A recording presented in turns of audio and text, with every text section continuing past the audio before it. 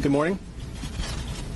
We're here today to announce 3 separate cases highlighting the ongoing threat posed by Chinese economic espionage and research theft in the United States. First, the arrest today of a Harvard University professor for lying about his participation in a Chinese foreign recruitment program. Second, this morning we have unsealed a separate indictment of a Chinese national working as a scientific researcher at Boston University who failed to mention on her visa application that she is also a lieutenant with the People's Liberation Army. Finally, this office has indicted another Chinese national for trying to smuggle vials of biological material out of the United States to China and lying about it to federal investigators. That defendant, whose entry to the United States had been sponsored by Harvard University, was a cancer researcher at a lab at the Beth Israel Deaconess Medical Center. So, this morning, the FBI arrested Dr. Charles Lieber, the chair of the Department of Chemistry and Chemical Biology at Harvard University, for making false statements regarding his involvement in China's Thousand Talents Plan and his affiliation with the Wuhan University of Technology. The complaint alleges that Dr. Lieber signed a contract with the Chinese university in Wuhan and was paid up to $50,000 per month, plus up to $158,000 in living expenses, and awarded more than $1.5 million to set up a research lab at the Chinese school and work there on researching nanotechnology. Lieber also joined China's Thousand Talents Plan, according to the complaint, a Chinese government-run program designed to entice scientists and researchers in the United States to share their research expertise with China. At the same time, Dr. Lieber was receiving U.S. grant funds from the Department of Defense and the National Institutes of Health. National Institutes of Health spends up to $39 million a year funding medical research in the United States. Those programs required Dr. Lieber to disclose if he was working with, including receiving funding from, any foreign power. When questioned, Lieber hid his involvement with the Chinese entities, including specifically disavowing any connection to China's Thousand Talents Plan. Meanwhile, based on the complaint, it appears that China paid Lieber hundreds of thousands of dollars over the years for his involvement with the Chinese entities and for his work on research for Chinese gain. Also today, a federal grand jury indicted Yanqing Ye, a Chinese national, with lying on her J-1 visa application, making false statements to Customs and Border Protection, conspiracy, and being an unregistered agent of the People's Republic of China. According to court documents, Ye is a lieutenant in the People's Liberation Army, but she concealed her military connections while employed as a researcher at Boston University's Department of Physics, Chemistry, and Biomedical Engineering Center for Polymer Studies.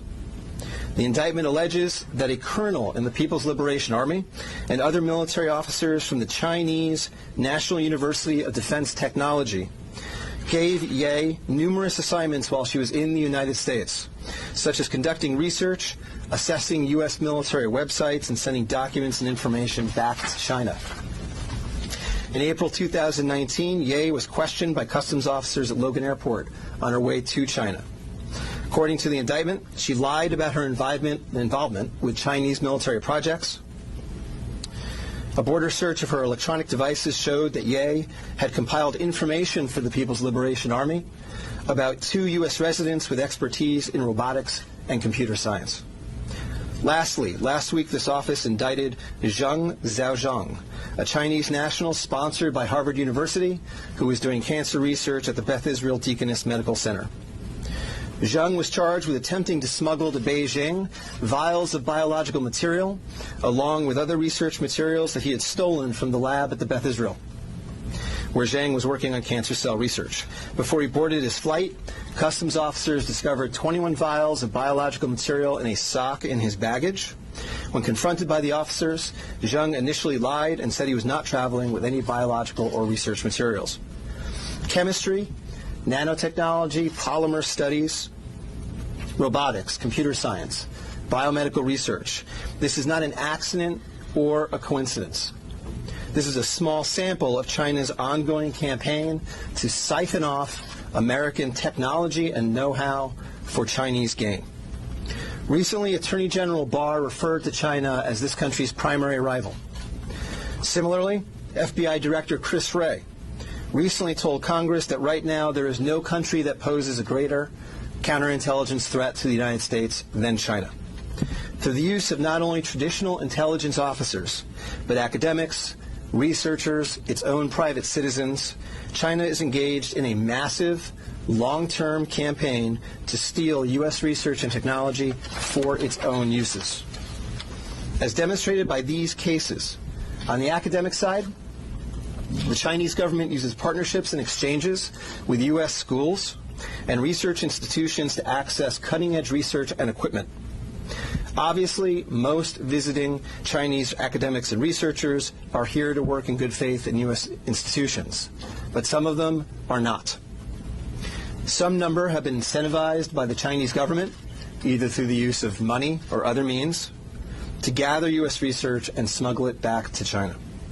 Because of the sheer scope of this threat, a year ago, the Attorney General created the China Initiative at the U.S. Department of Justice, designed to prioritize and aggressively prosecute Chinese economic espionage and theft of intellectual property.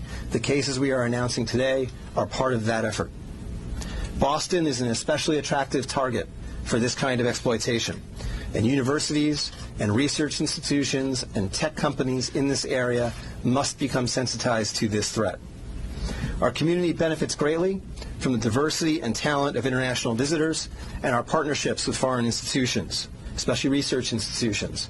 But Chinese economic espionage and theft is a real and daily occurrence that we must begin to confront.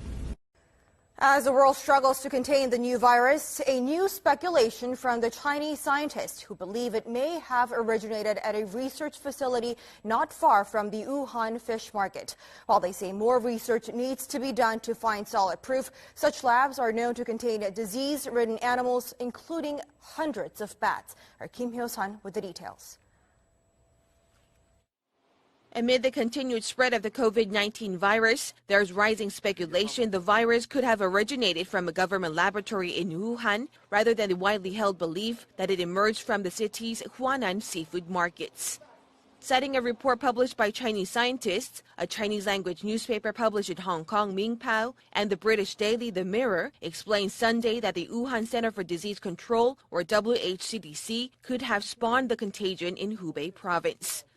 According to the report penned by Bo Tao Xiao and Lei Xiao of the South China University of Technology, the research lab, which is only 280 meters away from the Huanan seafood market, kept disease-ridden animals, including more than 600 bats.